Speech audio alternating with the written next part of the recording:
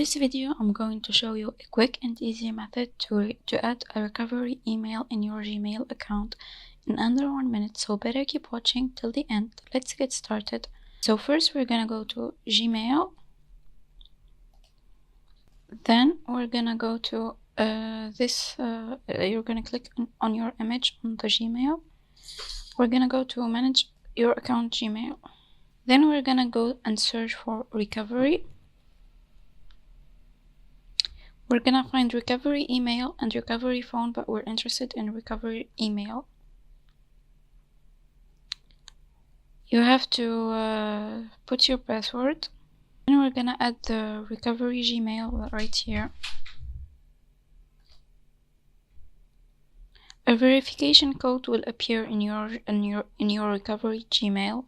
Once you enter it and hit verify, the Gmail account will be a recovery Gmail account. I hope this guide was helpful. If it is, please consider subscribing and liking this video. Thanks for watching.